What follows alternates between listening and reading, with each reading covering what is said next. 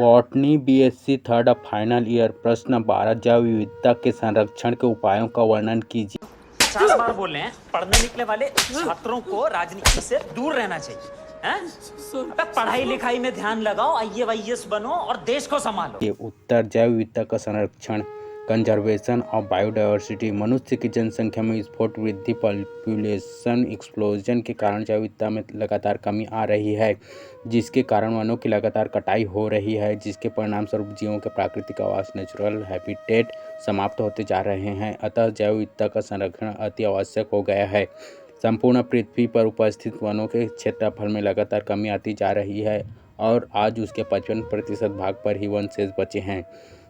विश्व में प्रतिवर्ष 1 लाख वर्ग किलोमीटर क्षेत्रफल में उपस्थित वनों की कटाई हो रही है। भारतवर्ष में प्रतिवर्ष वनों की कटाई की दर 13,000 वर्ग किलोमीटर है। इस प्रकार जैव विविधता में वनों की कटाई एवं पर्यावरण प्रदूषण के कुप्रभावों के कारण लगातार कमी आ रही है। अतः संरक्षण करना अति आवश्यक है, अन्यथा एक दिन ऐसा आएगा जब पृथ्वी पर उपस्थित समस्त जीवधारी समाप्त हो जाएंगे। अगर हम करें तो करें क्या, बोले तो बोले क्या। जैव विविधता के संरक्षण करने के प्रमुख कारण इस प्रकार हैं। 1. वनों एवं प्राकृतिक संपदा नेचुरल वेल्थ तथा उसकी जैविक परिपूर्णता बायोलॉजिकल रिचनेस को संरक्षित रखने के लिए। 2. वायुमंडल में उपस्थित ओजोन स्तर, ओजोन लेयर के विघटन, अम्ल वर्षा, एसिड रेन एवं पृथ्वी के बढ़ते हुए तापक्रम पर नियंत्रण करने हेतु। 3. अपनी दैनिक आवश्यकताओं डेली नीड्स जैसे भोजन, रेशे, फाइबर, ईंधन, फ्यूल एवं अन्य आवश्यक सामग्रियों की पूर्ति हेतु। 4. मनुष्य के अस्तित्व की रक्षा करने हेतु जो कि प्रजाति विविधता में कमी के कुप्रभावों से आशंकित हैं।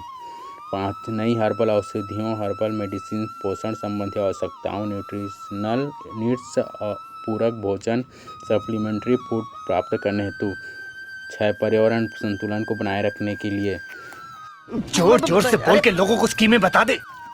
जैव विविधता संरक्षण के उपाय, methods of strategies of conservation of biodiversity. जैव विविधता के महत्वों को देखते हुए इसका संरक्षण करना अति आवश्यक है। जैव विविधता के संरक्षण हेतु निम्नलिखित 3 स्तरों पर प्रयास किए जा रहे हैं। 1. आनुवंशिक विविधता का संरक्षण, कंजर्वेशन ऑफ जेनेटिक डाइवर्सिटी। आनुवंशिक विविधता के संरक्षण से उस जाति का संरक्षण संभव होता है। 2.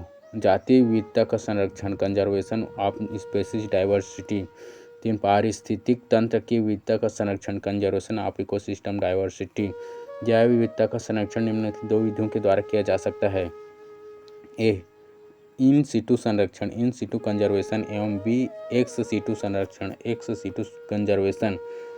दोनों प्रकार के संरक्षण एक दूसरे के पूरक होते हैं। शाबाश बेटा, बहुत बढ़िया मुन्ना। मूल आवासों ओरिजिनल हैबिटेट्स में ही किया जाता है। हमारे देश में जैव विविधता के संरक्षण हेतु भारत सरकार ने सन 1952 में Indian board for wild life की स्थापना की है, जो कि वन्य जीवन एवं जैव विविधता के संरक्षण हेतु निम्नलिखित उपाय अपनाती है।